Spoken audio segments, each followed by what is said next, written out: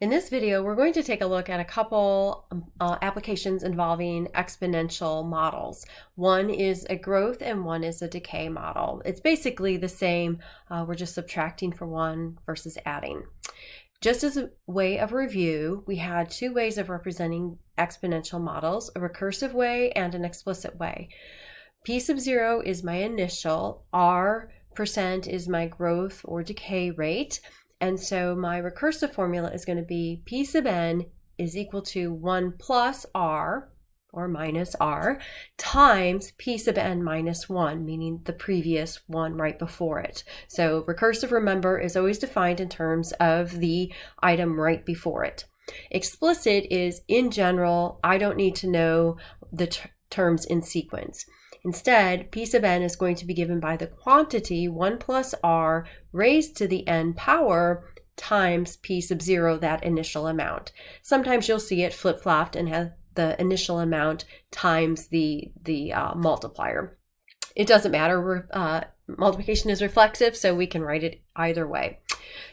A couple phrases, words you're going to hear or see in the assignments and just out there as you're looking at other examples are growth rate and growth multiplier or common ratio. They're related, but they're not exactly interchangeable. The growth rate is specifically that R, that percentage, just R by itself. So if it's growing by 2%, my growth rate would be 0.02. The growth multiplier, or the common ratio, includes when we combine that with the 1. So that quantity of 1 plus R would be considered the growth multiplier or the common ratio. You'll see both of those used. In a previous example, we had $100 base sales. We were growing by 10% a month. So our explicit formula was P sub n equal to 100 times the quantity 1.10 to the n. So in this case, R is just the 0.10. It was 10% growth rate. The growth multiplier or common ratio was that entire parenthetical amount, 1.10. Okay, I know it's a little confusing, but just write this down, refer to it as you're going through your assignments so you don't get them mixed up. Once you do a few problems, it'll get a little easier. So here's our first problem. India is the second most populous country in the world.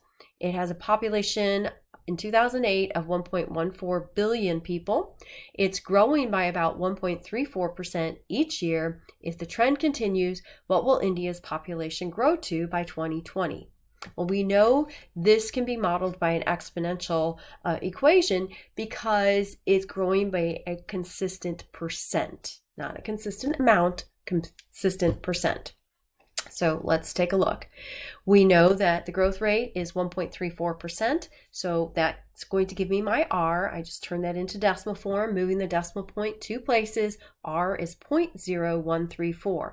Then we use our explicit formula and plug in what we know. So P sub n is going to be equal to the P sub 0. In this case, we're starting out at 1.14 billion. I'm not going to put all the zeros. I'm just going to assume my answer is in billions, times the quantity 1 plus that R, 0.0134, raised to the n power. So we'll simplify that and say P sub n is equal to 1.14 times the 1.0134 raised to the n power.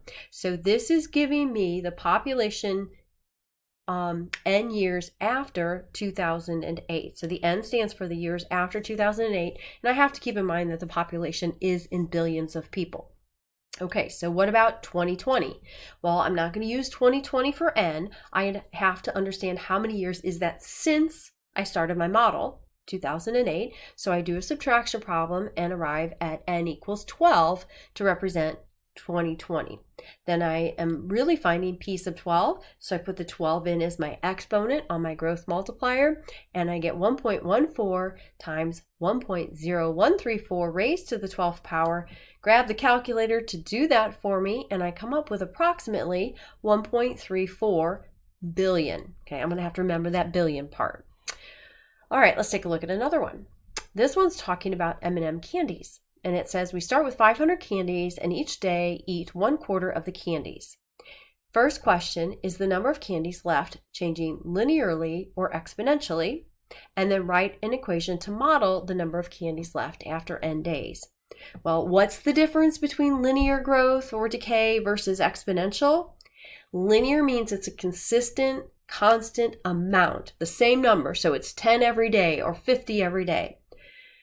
Exponential means it's a consistent percentage of change, a consistent amount, percent of change. So in this case, it's saying I'm eating a fourth.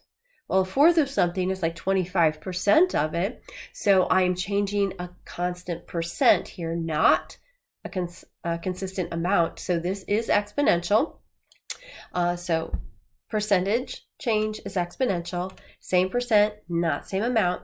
So my formula is going to be P sub n is equal to 500, because that's my initial, my starting point, times the quantity, 1 minus 0.25 raised to the n power. Now, why did I minus on this one and I didn't on the other one? Because it says we're eating them, so I need to subtract. We're decaying. So when you have a decay problem, you're going to take your 1 and subtract your rate, not add it.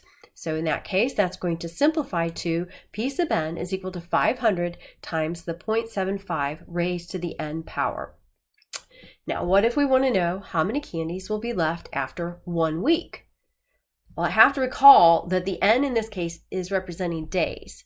So I'm going to have to, in my head, turn 1 week into 7 days. So that means I'm really wanting to find P sub 7, put the 7 in as my exponent on that multiplier, and then simplify. So only 67 candies are left after 1 week if we're constantly eating 1/4 of them every day. Let me know if you have any questions.